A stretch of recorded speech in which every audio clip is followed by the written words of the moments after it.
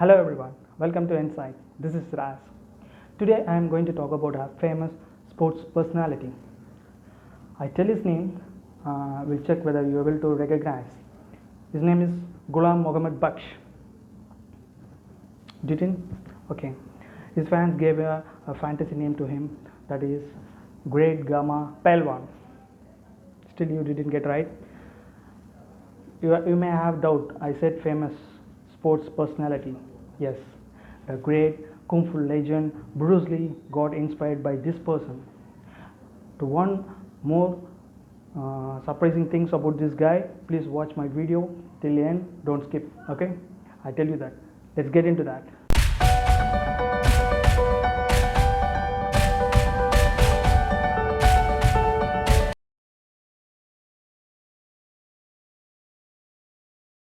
I just brief about this person. This person was born in 1878 in Amritsar, Punjab, in a wrestler family, and he died in 1960. During partition, he moved from India to Pakistan. He was noticed at the age of 10. He went to participate in strongman competition which happened in Baroda. Around 400 participants came for that. He was the youngest one and he came among the last 15. The king of Baroda don't want to disappoint him, and considering his age, he just announced him as a winner. And at the age of 20, it's just a remarkable thing. When he went to Baroda for a competition, another competition, so usually wrestlers give challenges to other wrestlers to show their strength and power. For that, he just lifted a stone which about 2.5 feet height and 1200 kgs of weight. Do you imagine? His weight is 110 and his height is 5.7, but he lifted 1200 kgs of weight, a stone, and still the stone is available. I am not bluffing, I am just telling the fact. Still the stone is available for exhibit. Still you just want to see, just go to Baroda Museum, you can find it.